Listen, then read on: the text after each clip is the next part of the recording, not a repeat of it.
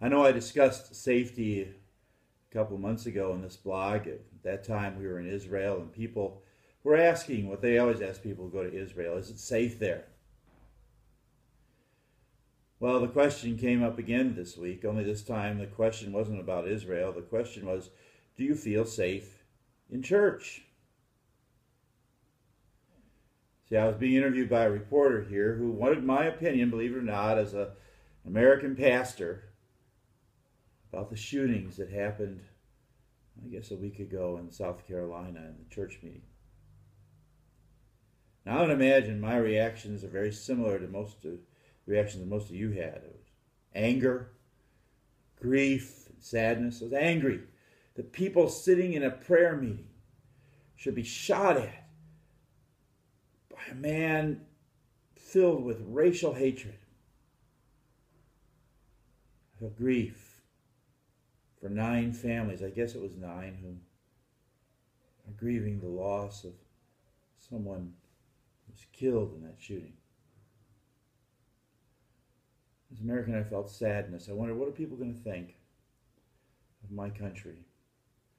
I want people to know this is not what Americans are like. Americans are kind and generous, the vast majority of us, not madmen with guns. Then the reporter asked the question, how will this affect you? Do you still feel safe in church? Wow, how sad we should even have to ask that question. How tragic that children have to pass through metal detectors in some places to go into their schools. How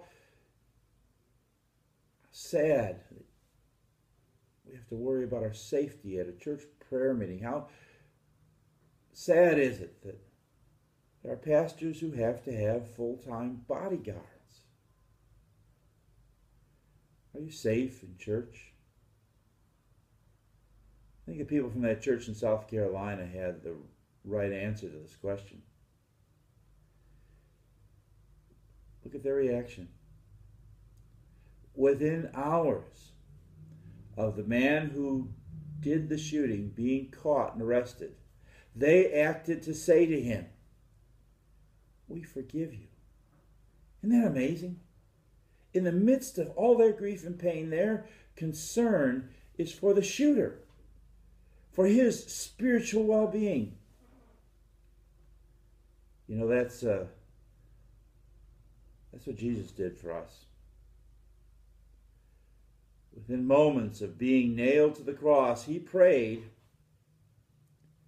for his executioner. Father, forgive them. You know he's praying for you and me also, don't you? For we are his executioners. It's our sin that nailed him to the cross. Father, forgive them. That's what he prayed for you and me. Are you safe in church? Our safety isn't the issue. Our safety is in God's hands. Psalm 91, I love the words. For he will command his angels concerning you to guard you in all your ways. On their hands they will bear you up so that you will not strike your foot against a stone. See, ours is the confidence that Luther expressed in the final words of the last verse of his famous hymn. Take they goods, fame, child, or wife, let these all be gone. They yet have nothing won. The kingdom ours remaineth.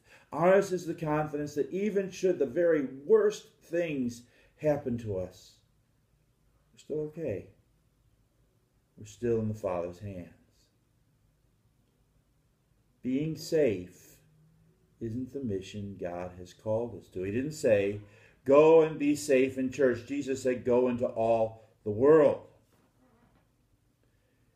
He calls us to love others, to love even our enemies, even those who hate us, to love them as we have been loved. Jesus said, if someone strikes you in the right cheek, turn to him the other also. Love your enemies, he said, and pray for those who persecute you. Why? Because God demonstrates his love for us. And that while we were yet sinners, Christ died for us. Paul goes on and says, well, we were God's enemies. We were reconciled to God through the death of his Son. With our God, we are free from worry and fear. Free to love as we have been loved. To love even those who hate us. After all, the person full of hate needs so badly to know the God who is full of love for him or for her.